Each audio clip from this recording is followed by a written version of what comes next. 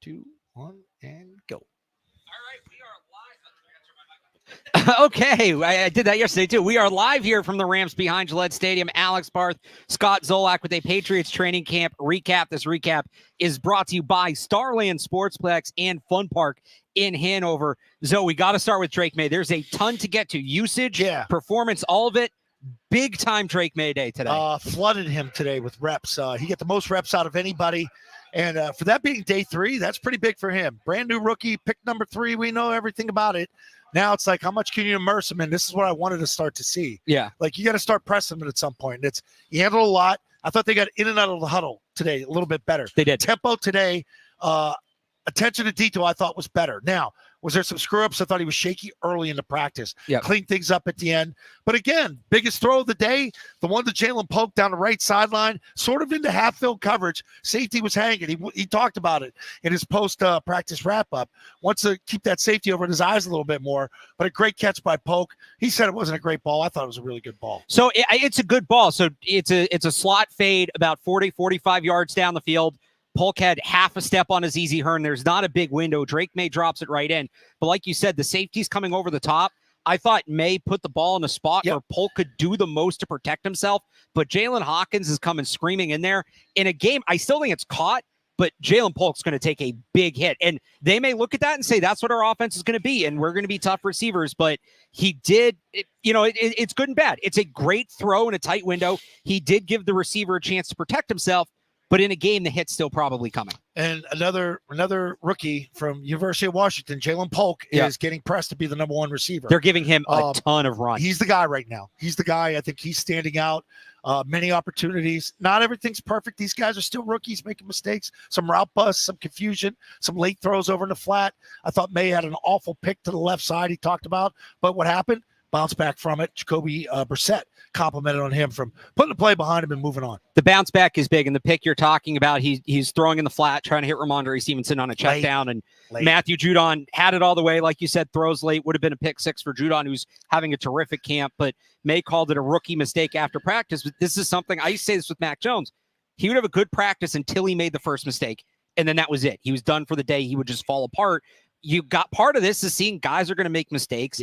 Make the mistake. How do you bounce back? How do you recover? His last period of practice after the pick was probably his best full period of the day. Yeah, I would agree with that. And I think that's the most important thing to take from this, because that's the team period.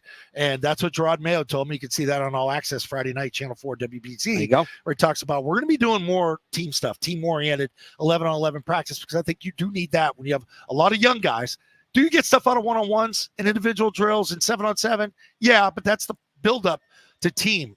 You can't replicate having a line in front of you, having people moving in front of your feet, stepping up in the pocket, throwing timing, reading coverage. Is it zone? Is it man? And putting the ball where you need to go. And the more Drake Maye has team periods like that, and he got immersed in it today, the more he's going to be ready more quickly. And one thing they did today to maximize team reps, they went split field. So you had Maye and Brissett on one field and Milton and Zappi on the other. Milton rep more than Zappi again today for the second day.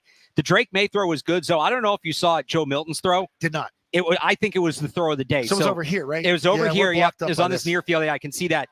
Collapsing pocket. He starts to kind of move back to his left, leans to his right, off balance, sidearm, 65 yards in the air. And Javon Baker, another rookie, big day for the rookies. Let's give him credit. Goes up over Marcellus Dial about 65 yards down the field.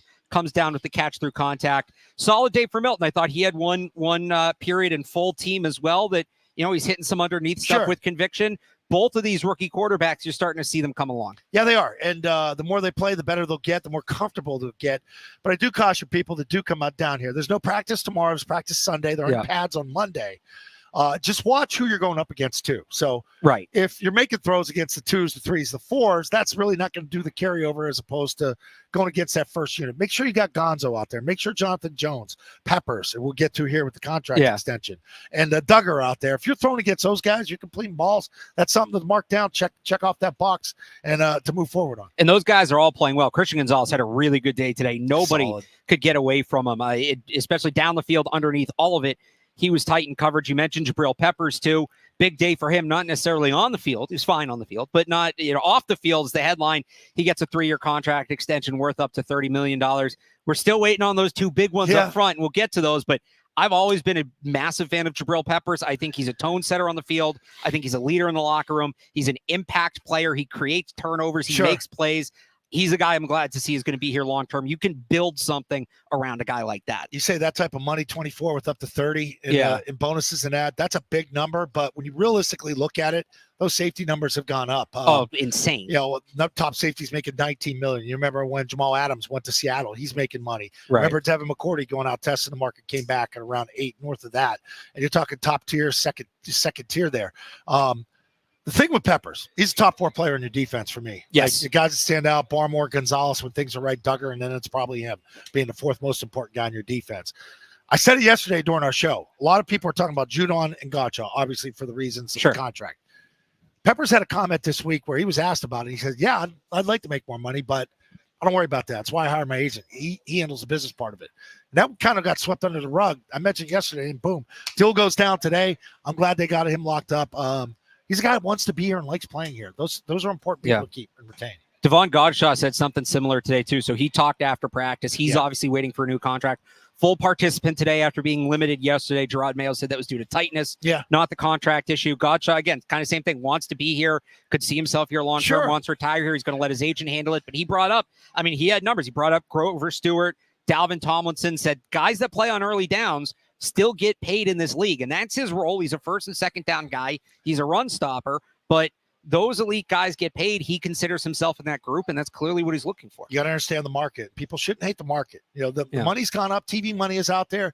Patriots are 55. Now they're probably, about 42 under the cap with a couple of contracts that have been done here. So the money is still there to be spent, and you just have to ask yourself, day one, and I keep harping on that. If we're in Cincinnati, Bob and I are getting ready to call the game. I want to make sure Matt Judon's in that lineup coming off the edge going after Joe Burrow. How about Godshaw? You feeling differently about his situation? He's a solid guy in the middle, but if the numbers aren't close, then let's not really get into it with him, and maybe you start looking elsewhere because you still got Wise, you still got Barmore, you still got other guys you could plug in there. Daniel Aquale, back. And then there's 6'4", 310-pound guys all across the league that you could get in there. Now Devon's a good player. I'm not trying to take that away from him, right? But at some point you got to draw the line. They've taken care of him. Bill took care of him when last. They'll call him one of the best guys in the league.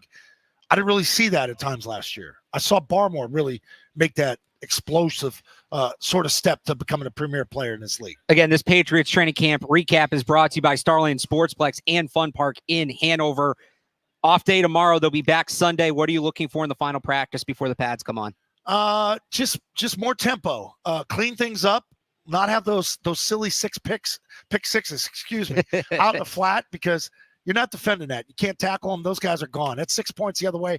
This team can't afford, and they got to understand that. And that's what Alex Van Pelt's got to tell them. We'll have turnovers. We can't have the god-awful turnovers. And when I say those, going back to last year, the Mac Jones ones, when you're driving and you just throw it up right underneath and you just throw it to a guy with nobody else around. Those are ridiculous interceptions. Those are back-breaking ones. When you're driving, when you're going to put the ball in, and they go back and point, you're taking 10 points off the board. That's a 10-point swing. Your team's not good enough to survive that. I'm looking for more continuity at the tackle position. We didn't get to it today. I'll have coverage on 98.5thesportshub.com. It's been moving parts today. Everybody played everywhere. It was crazy. We could go 4 or 5 guys at different spots. Again, 98.5thesportshub.com if you want that. A lot of 2s and 3s were in the mix today in the line. So they're looking at everybody. But I'll say this. At a certain point, Dante Scarnecchia used to talk about seeing it through the same eyes. 5 guys see it through the same set of eyes. You got to start putting guys out there together so they can build some chemistry and some continuity. I think that's really when the pads come on, is when you focus on that. But to me, Sunday's the last day to experiment. So we'll have more coverage of that on Sunday. I'm going to get sun, man. I'm going down K. You won't be here Sunday. We'll still have I'll still have a show Sunday with TBD. Knock yourself out. Zoe will be back next week for more. Subscribe to the Sports Hub YouTube page, and of course on 98.5thesportshub.com. For Scott Zolak, I'm Alex Barth. Zoe, enjoy your weekend. I'll talk to you Sunday. Yeah.